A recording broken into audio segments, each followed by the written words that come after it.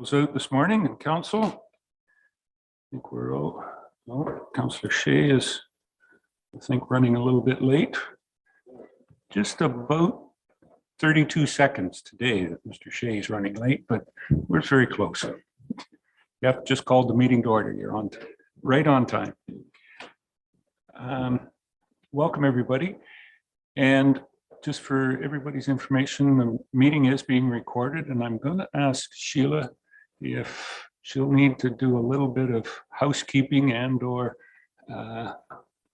information for anybody that is online and how they may be able to participate. Sheila? Good. Thank you, Mayor Eccles. Before I begin, if you get disconnected, you can dial 1-647-558-0588 and enter meeting ID 891-5626-2480. It should be noted for members of the public that this meeting is being held in 2 locations, on Zoom as well as being live streamed on YouTube. Both members of staff and council have been briefed on the various features of the Zoom meeting software. Members of council and staff will be raising their hands to speak. For members of the public, if you require any technical assistance at any point during this meeting, you can send a chat message to Sheila Ferguson, Communications Coordinator, and I will attempt to assist you. Thank you, Sheila. Is good. Ask any council members, any declaration of pecuniary interest or general nature thereof on anything on the agenda? Seeing none. Of course, if it does arise at any time, please feel free to declare. Today's meeting is a public meeting through the Planning Act for our services towards the official plan update for the municipality, in the municipality, specifically for the settlement areas of Durham and Newstead. Every person who attends a statutory public meeting is required under the Planning Act will be given an opportunity to make representation in respect to the proposed official plan. A copy of the proposed official plan is available on the municipality's website and at the West Grey Municipal Office during regular business hours at the front desk. If a person or public body would otherwise have an ability to appeal the decision of the municipality of West Grey to the Ontario Land Tribunal, but the person or public body does not make oral submissions at the public meeting or make written submissions to the municipality of West Grey before the proposed official plan is adopted, the person or public body is not entitled to appeal the decision. If a person or a public body does not make oral submissions, if a person or public body does not make oral submissions at a public meeting or make written submissions to the municipality of West Grey before the proposed official plan is adopted, a person or a public body may not be added as a party to the hearing of an appeal before the Ontario Land Tribunal unless, in the opinion of the tribunal, there are reasonable grounds to do so. Those are some of the technical aspects from the official Provincial Planning Act. And with that out of the way, for everybody's information, as we said, this is a public meeting about Official Plan Amendment OPA number 9, which deals with, as we've said before and being repetitive, the settlement areas of Durham and Newstead in West Grey. And with that, I believe the clerk has a couple of other technical explanations to make before we get over to Laura Lee and the planning part to lead us through part of this meeting today. Jamie? Thank you, Mayor Eccles. Notice of this public meeting was circulated to the prescribed persons and bodies, posted on the municipality's website and placed in the Hanover Post newspaper on January 26, 2023. The comments that were received before the publishing of the agenda have been included in the agenda package. Comments received after the publishing of the agenda will be addressed by the manager of planning during her presentation and will be added to the agenda after the meeting when it is republished. Anyone wishing to provide verbal comments at this public meeting is asked to sign the sign-in sheet located on the speaker's table. The personal information collected at this public meeting is collected under the authority of the Planning Act and the Municipal Act. The information collected will be used to complete the official plan amendment process and will form part of the public record. Questions about this collection should be addressed to myself, the Director of Legislative Services / Clerk. If you wish to be notified of the decision of the corporation of the municipality of West Gray on the proposed official plan amendment, you must make a written request to the municipality of West Gray, care of the Director of Legislative Services / Clerk. Thank you, Jamie. And now I'm going to turn it over to our Manager of Planning and Development, Laura Lee. Spencer is with us this morning. Laura Lee, the floor is yours for the introduction of this document. Well, thank you. And through you, Mr. Mayor. So this is a public meeting, as reiterated by the clerk, for the municipality of West Gray official plan. Just to be clear, the official plan in West Gray applies only to the settlement areas of Durham and Neustadt. The balance of those lands within West Gray that are outside of those settlement areas are governed under the County of Gray official plan.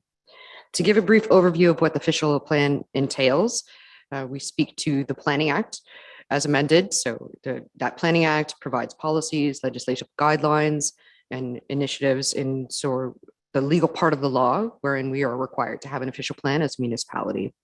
Second to that, there is the provincial policy statement, which is a governing policy that is provided by the province to direct how land use planning is directed to be. We are not permitted as a lower tier municipality to be more permissive than that document. In essence, we're also a lower tier municipality with the County of Gray being the official upper tier municipality. We are not allowed to be more permissive than the documents provided at the County of Gray as well. So the West Gray official plan for these two settlement areas is directed to be more specific in policy, but is a policy guideline only. This is nothing to do with the zoning bylaw at this point in time, and that is a separate matter that we brought before council once the official plan has been dealt with. So the municipality's official plan applies only, again, as I said, to Durham and Neustadt within those defined settlement area boundaries. And outside of these settlement areas, again, it's the County of Gray official plan in effect. The municipalities and planning boards implement the province's land use planning policy. We prepare official plans and make land use planning decisions as council to achieve their community's economic, social, and environmental objectives while implementing provincial policy direction. Municipalities are required to be consistent with the provincial policy statement, the latest of which has been released in 2020. It is currently under review, but no new document has been provided at this point in time. The municipality zoning bylaw is the implementing policy document to provincial, county, and local official plans. The official plan on its own has limited legal significance in controlling development. It cannot constrain private landowners in what they can do with their land as a matter of legal right. It is a guiding policy document only. And to elaborate on that further, if someone wanted to do something that was outside of what the official plan policies guide and within Durham and Neustadt, they would require an official plan amendment. This point in time, we are bringing the document up to date. So the main point of that document is to bring it up to date with all of the changes in legislative matters that have happened. So the previous official plan is quite dated. And at this point in time, there is no actual updates that are required in terms of changing the land use designations within those two areas. However, we are moving on to updating those new standards. For example, Bill 23, which did require, and as of right, regardless of zoning, regardless of official plan policies, within fully serviced settlement areas, there are the ability now to have 3 residential units on one property. And that is defined by the province as being a residential single detached dwelling unit that can have an apartment within that unit.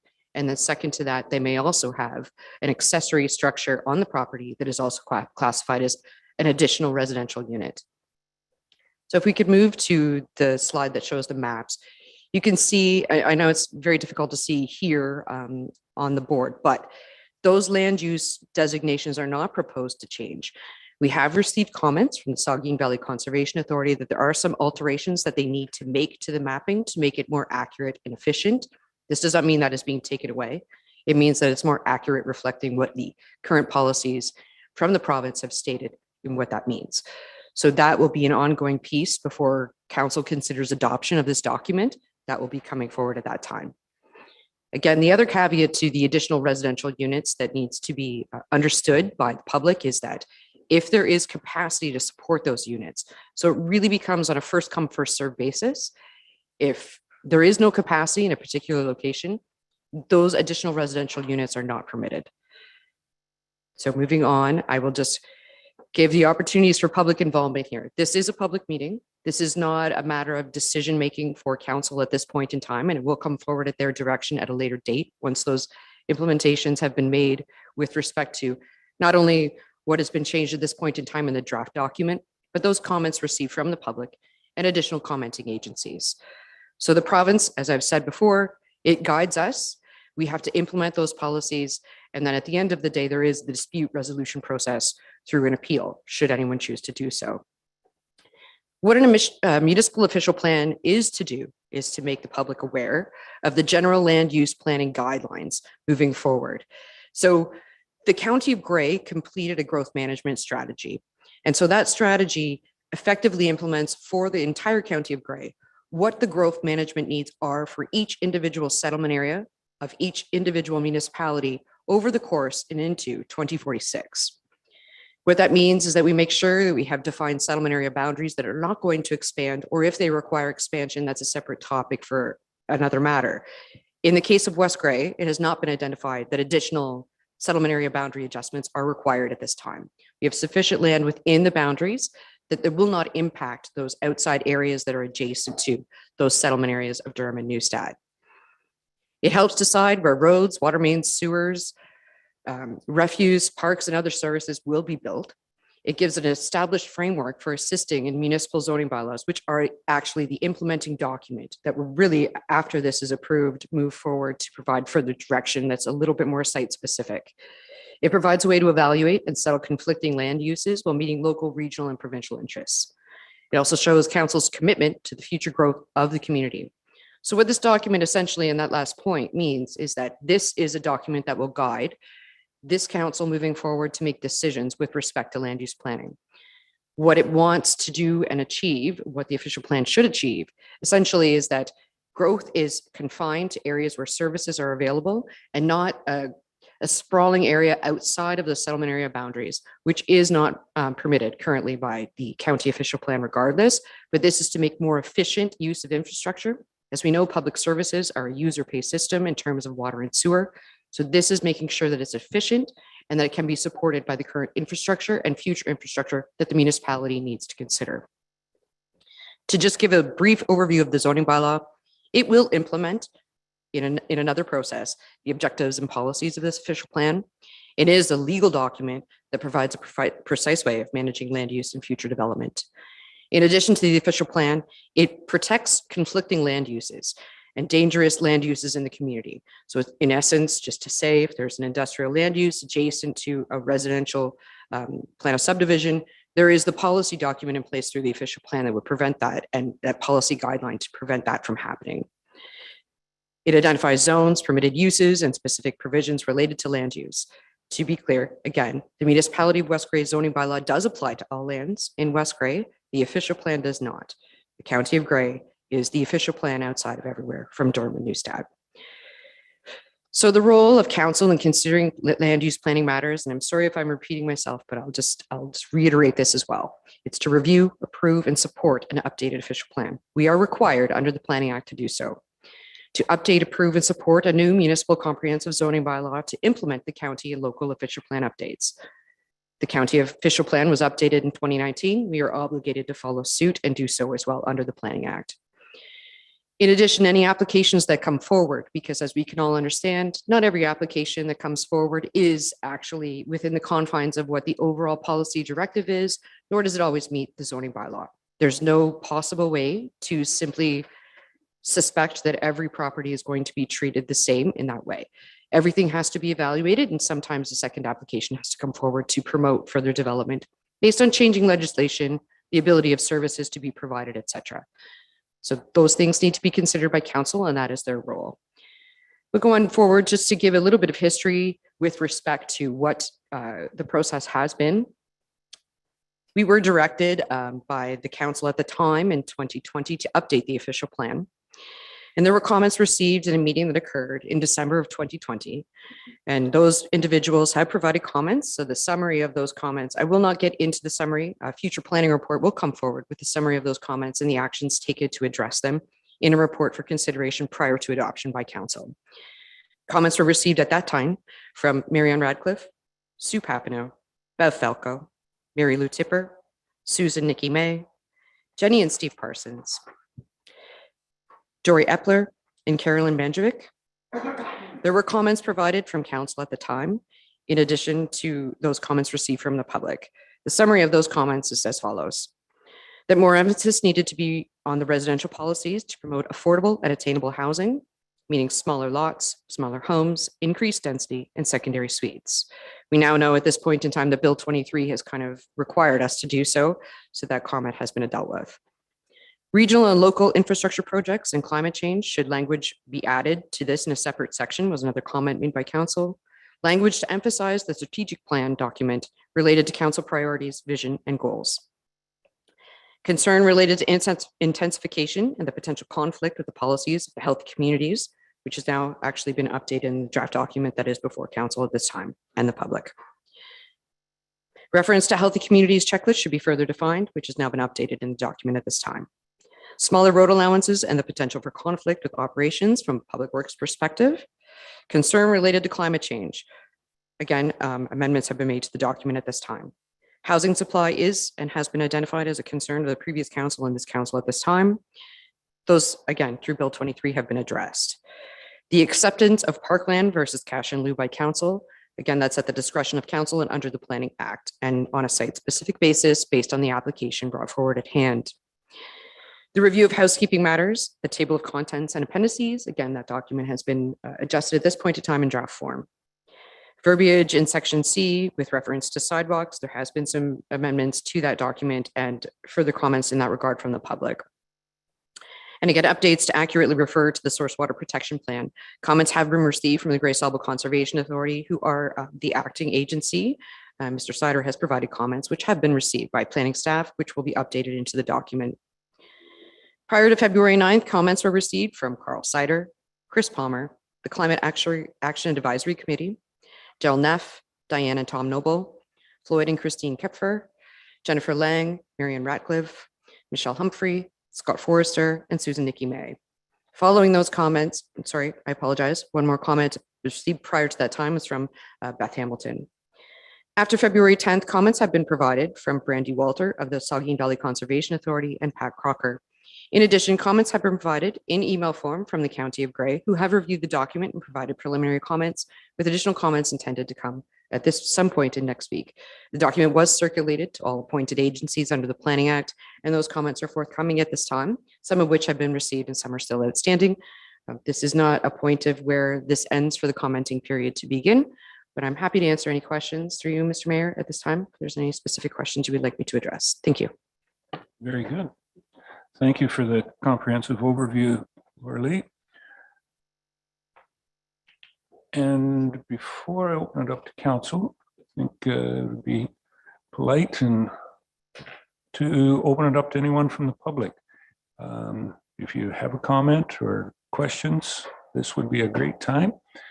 Ms. Ratcliffe, I'm going to ask that you use the podium as we're virtual, and there is, I think, Sheila, a number of individuals virtually watching this morning. So to be able to include them and hear your comments, there's a signing, excuse me, this morning. There is a sign-in sheet right there, Marion, and the microphone is there. For anybody else, it is the gray button. I think we might even have put a push to talk. Here I am. I promised I would be back.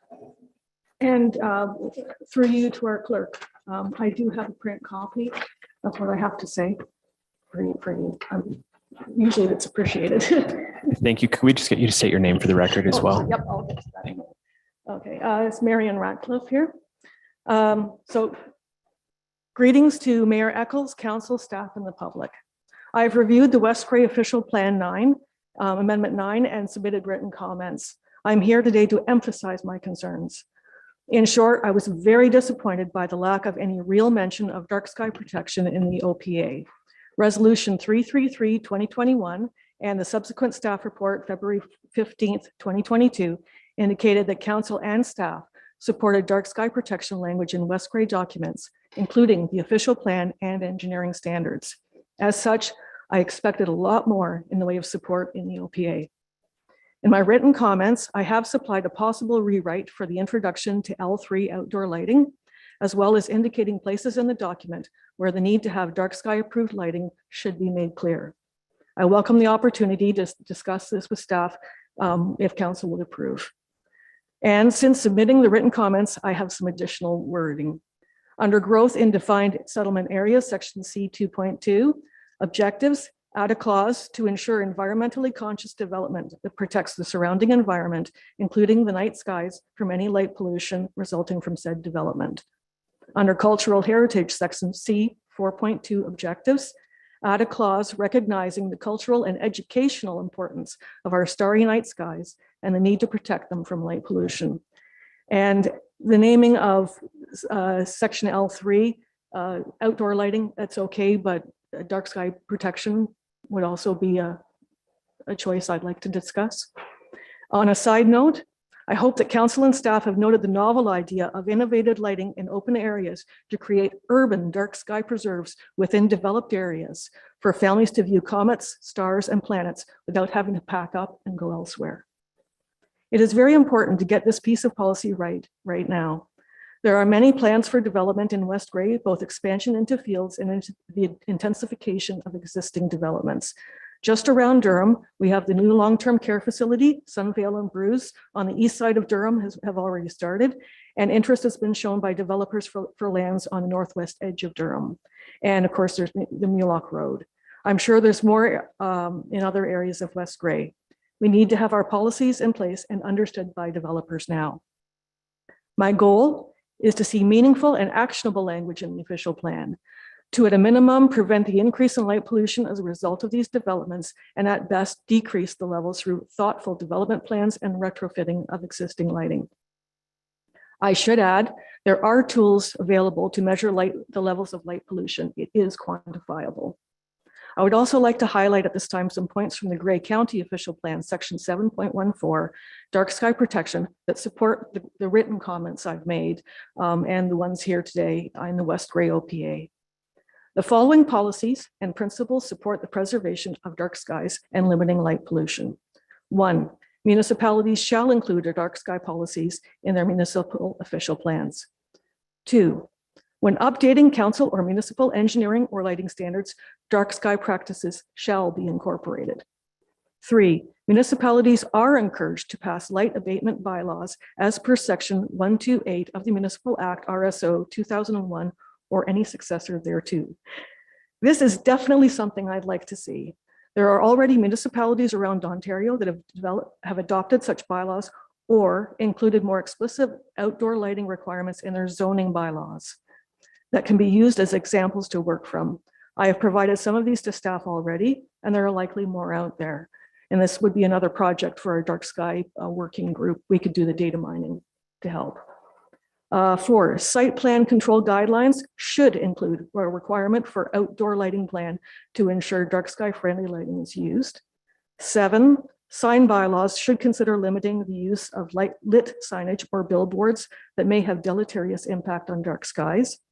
And 10, the policies of section 7.14 shall apply to all new forms of development across the county, including residential, industrial, employment, commercial, recreational, and institutional development.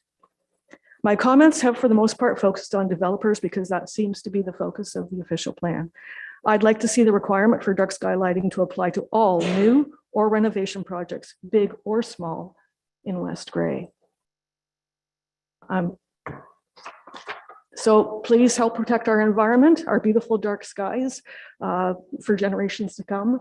And light pollution, it's insidious. People see garbage on the side of the road. They can count their bees are disappearing. But the stars, they just fade away and people forget to look up. There's no reason. So this is really, really important that we get this done now. So thank you for your time, your attention, and the opportunity to have a voice in this official plan amendment. And that's my, thank you. Thank you very much for the comments. And the opportunity to continue to work. As we said, this is the public meeting. I think Laura Lee, correct, it's not the official document yet. It hasn't been passed. There can be. That's why we're having the public meeting, is to find things that sometimes when you've worked with it and looked at it, you haven't quite seen everything that's there. So thank you for those comments. And yes, we'll look forward to seeing what we can come up with on the final document. But thank you, Marion, for your comments and your passion on that part of the project. Anyone else? Can you use, please, name and sign in and Yeah, I pushed the button for you. use the microphone there. Yeah, my name is Paul McNeil. I had a question regarding garbage. The tags that we use on the sides of the road with the garbage truck. I called in this morning. They say the tags are no good at the dump. May I ask why? Like, I gotta pay a $10 minimum when I can only, if I got 2 bags of garbage and I can run to the dump with it, why do I have to pay 10 if I'm buying the tags too? The tags don't work at the dump? This is a public meeting about Okay, the official plan. all right. So I'm not supposed to be here then. Well, I called and asked. I thought we were open for general questions because I asked before I come, so, no. no, okay, all right. I can't take that one. Okay. I will get staff, if you can leave your contact number and whatnot, to be able to get back to you at if you can leave the contact number there. We'll have somebody respond to that, but we're not going to get into that type of conversation about the official plan today, Paul. Yeah, that's okay. Okay? Yeah.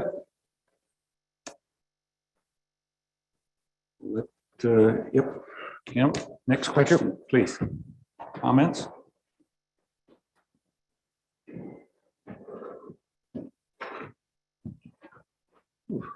Peter Walchenko. The sewer and the road was mentioned quite a bit when she was talking. Now, we've owned the house there for 7 years. And the sewer, I hear it does stop at a certain place. And the road, I have never seen nobody work on our road, even though the potholes are there, it is rough. And the sewer, you're gonna hook up all the new houses in Newstead, but you're gonna leave us on the hill still running off septic tanks. Why?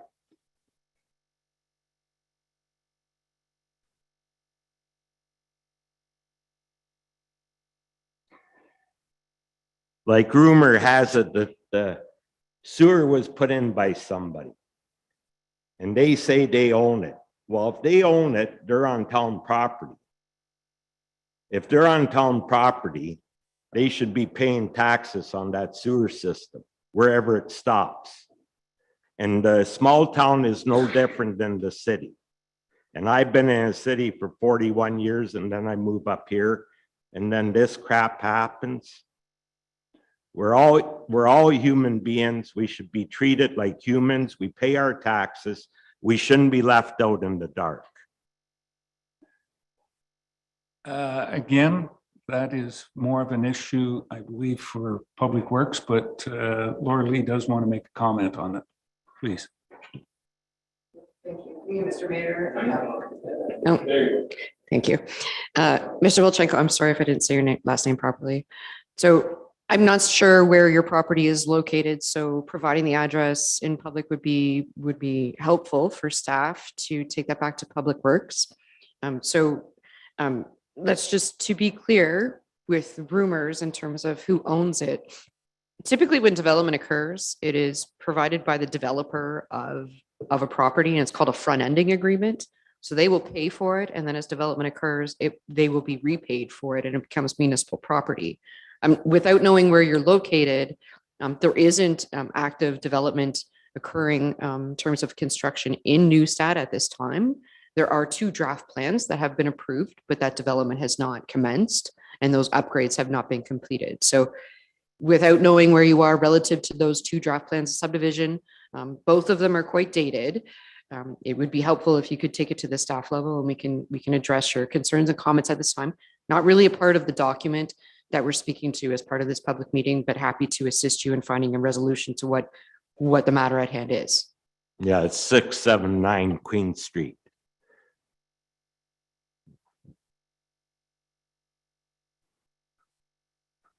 Just for terms of reference, Queen Street in Newstead, Yes, west of the bridge. yes, it's that whole section that, like, I know people applied to get sewers put in and they've been turned down. And if it does go through that, it has to, that they are gonna put in sewers, all these old sewers have to be inspected where they end it. Very much agree with you, sir. It's more of a budgetary aspect. I'm not certain that the official plan can get at that at any time other than, and even not, certainly not today. But I understand the frustration level that is there, and the frustration level, I believe, that the municipality has had with a specific developer on the south side of the road there over a number of years on trying to get it right from what the development is to what the sizing and everything is going forward on how that's going to happen. But again, I'm not going to go too deeply into that. That's more of a project towards our budget. And I can tell you it's not in the budget for this year to do it, but going forward on a public works infrastructure program to get that area serviced. Okay. Okay, thank you, Peter. No, I got it. Yep. Any other questions, comments from the public at this point in time? Council members, anyone on council have any? Councillor Hutchison, Doug? Yeah, just a question, and maybe our planner has explained this, but I might have missed it. So right now in our schedule A, I think it is, the developments that proposed on the west side of Durham aren't in the mapping for Durham. I'm just curious how that's going to work. Like, can that not be in the official plan, knowing that potentially we're going to have a couple developments on this side of Durham, but right now the mapping doesn't show that.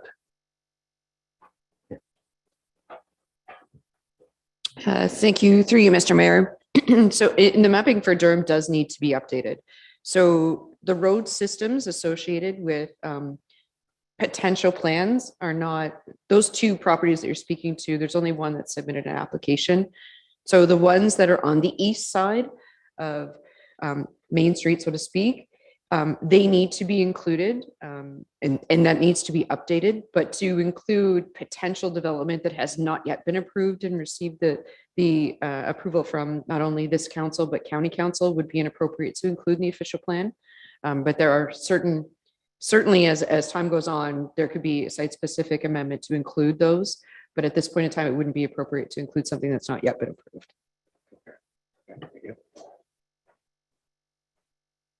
Thank you, Doug. Anyone else? Anything else at this point in time?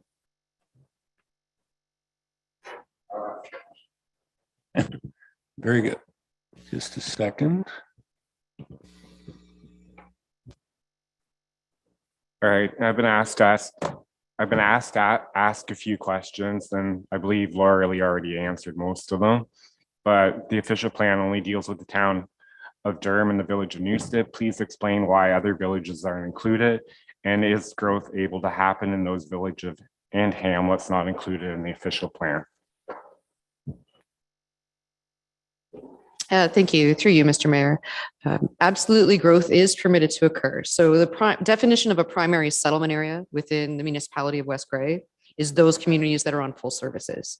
So those other communities are not on full services, so they're considered to be secondary settlement areas, provided they can demonstrate that accessible water and septic can be provided on the site in private services. Those developments can proceed.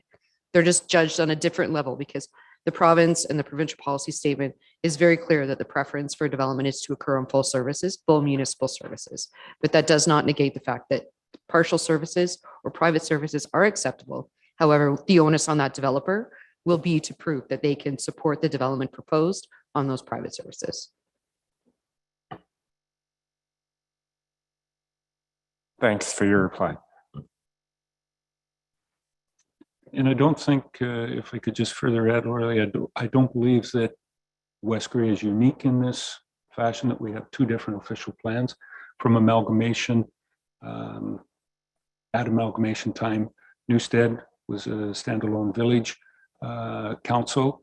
Durham had a council, and then the three municipalities, the three townships were at that point in time had their councils. At amalgamation, it was one of the unique things. There was these two official plans from the urban areas per se, and the three townships had always been under, and it's never been the focus or a project to create a West Grey official plan, and being able to incorporate that rural and urban, I think, is a practice that may be difficult. Go ahead, Laurie. Thank you. Through you, Mr. Mayor, just to elaborate on that, there are municipalities in the County of Grey that do have an official plan that applies to their entire municipality. However, the decision of the previous councils at the time during amalgamation was not to duplicate process. So for example, someone wanted to do something that didn't, because the municipality of West Grey is allowed to be more restrictive. And if that was the will of the council at the time approving the document outside of these settlement areas, there is the potential that a developer would have to go through two official plan amendment processes and a zoning amendment process and possibly any other type of process to get to their point of what development they are proposing. I caution against that. I don't believe there's a need for the County of Grey official plan to be disregarded. I do believe that the specific policies are necessary for the primary settlement areas. Excuse me. However, it's not necessary to apply an entire official plan to West Grey when the county official plan is completely acceptable and has been doing well for the municipality at this time. Thank you. Thank you for that, Laurie, and the explanation as to why West Grey has two official plans per se. Okay. Anything else? Anyone have any other questions? Jeffrey, Councillor Shea. Thanks, Your Worship. Pardon me. Laurie, Ms. Spencer, could you just recap for me one more time the schedule? Like, what are the steps in the conclusion of the official plan redevelopment? Is there more consultation? How many more drafts, et cetera? Through you, Mr. Mayor. So I would suggest that at the will of council that further commenting period be provided. I do have received many comments, and those have been continuously updated into the document up until the date of the publishment of the agenda. So I would suggest that there is a further defined comment period, and from that point in time, at the will of council and direction, I can bring a final document forward for consideration in the near future. But I would suggest that there is a time period for further commenting that can be provided in consideration for staff to update and consider those documents, and a full planning report can come back to council at the time for consideration of adoption of the plan. Just to reiterate on that further, the municipality adopts the document, but the County of Grey is the approval authority for official plan amendments. So the document would have to be forwarded to the County of Grey for their approval at County Council. Thank you. And I did receive copies of people who submitted written comments in preparation for this meeting, which I believe were sent to the clerk. And I don't, so those aren't read into the record. Those are just passed on to you then for incorporation. If I may, through you, Mr. Mayor, the comments that I have received that are on the record were read out based on the individuals that provided the comments. The planning report will provide a summary of those comments and the actions taken to address them, which will come forward at a future date at the time of adoption.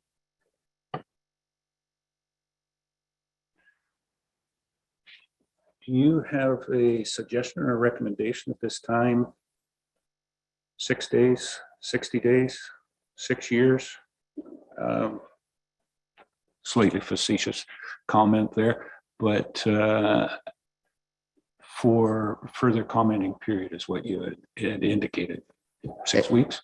Yes, and thank you through you, Mr. Mayor. I would suggest that there's a 20-day comment period that is provided following the date of this public meeting. And from there, staff would need approximately at least a week or two to provide that. So the nearest council date that would follow would be appropriate for this document to come forward and for council's consideration and adoption. Again, I want to reiterate that it's adoption only and that the approval authority does lie with the county. So expecting that this could be completed in 6 weeks, we have to also abide by the fact that county council doesn't meet more than twice a month. So whenever we get on that agenda based on that, will also be, but the document has been thoroughly reformed. There are some changes that do need to be made, and I do acknowledge the public comments to speak to that. So the County of Grey and I've been working together to kind of satisfy the document to that respect, but we do appreciate any comments that the public would like to receive at this point in time, and we'll continue to do so. I think 20 days is appropriate. Very good. Yeah, further 20-day open, not requesting, but just leave the comment period open for another 20 days. I'm feeling and looking at council if that's appropriate. I don't think we need a motion on that to continue that. And sometime within the next week to 2 weeks after that, at the appropriate council meeting, just for everybody's information out there, that it would come on to West Grey onto an agenda item on our council meeting, be adopted or endorsed, I guess it's maybe a better language, and move to the county for approval from the county council at that point in time. So we suggestion that being, and for information out there, be probably 6 weeks to 2 months, or yeah, 6 weeks to 2 months, 6 to 8 weeks before we get to the point of being at the county for official adoption. Okay. Any further comments? Any of that is would Councillor Shea. Jeff? Thank you. Ms. Spencer again. You mentioned that people that wanted to do amendments to the plan, for example, would have to do an amendment, could possibly have to do an amendment at the local level and the county level.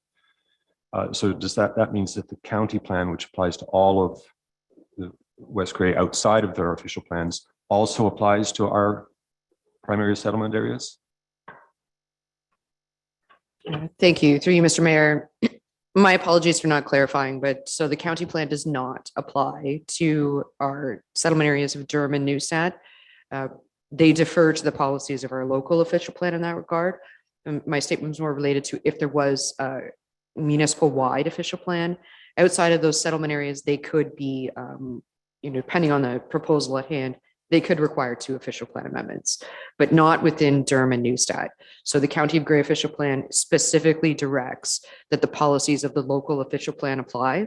And the only direction under the county official plan is that these primary settlement areas are the direction for growth. So their policies are very broad and non-specific in that regard. So in Durham and Neustadt, 2 official plan amendments would not be required. Okay, thank you. And I think you said that at some point you were working with the county to try to make the plans as compatible or consistent as possible. Is that just for convenience, or is there a legislative reason for doing that?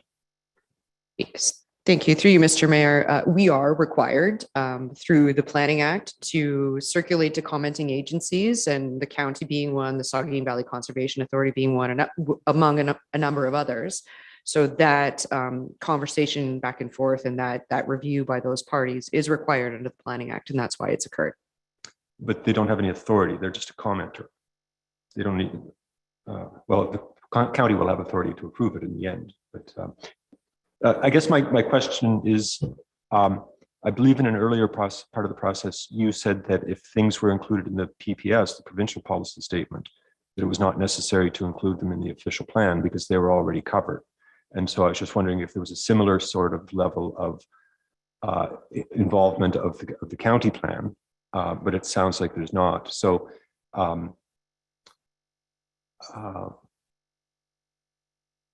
yeah, I guess that was my question. So if we want to be as consistent with the county plan, that we should be incorporating the sorts of things that more or less they are incorporating in theirs, and not leaving things out because we could lean on the county plan. If I may, Mr. Mayor, through you. So that is correct. So we want to be consistent with the broad policy of the county plan. Our permissions as a lower tier to be to be more restrictive, not less restrictive.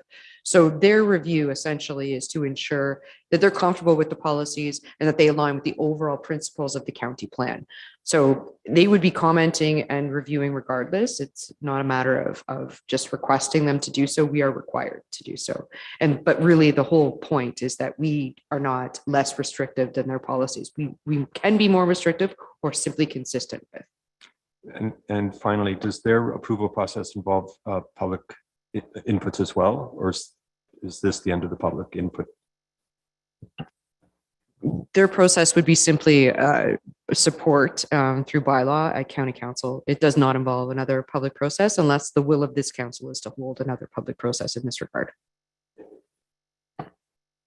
You know, the public process is at the lower tier in this part. It's just a bylaw that goes at the county. And the county's official plan is the same. It can be more restrictive than the provincial policy statement, but as each one goes down, there is no less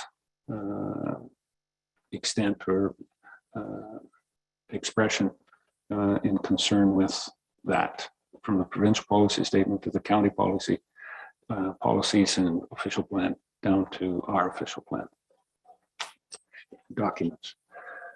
Further, Councillor Hutchison. Doug? Yeah, so I want to go back to the question, and maybe you explained it and I missed it, but the mapping.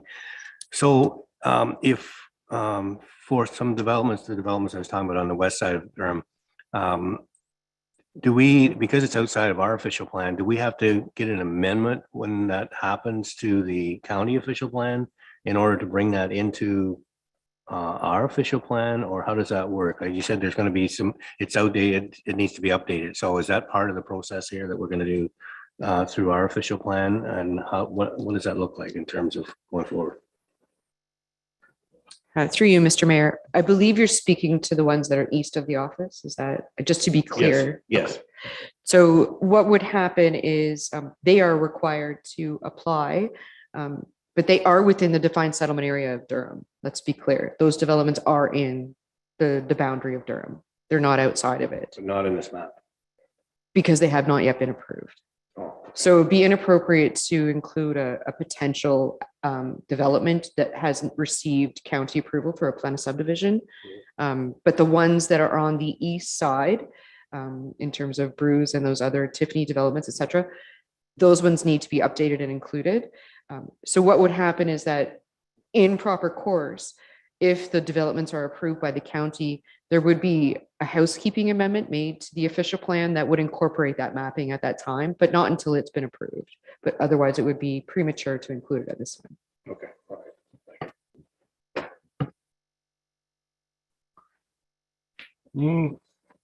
We'll close down with anybody left hanging with a question or comment. But if there are no other questions or comments,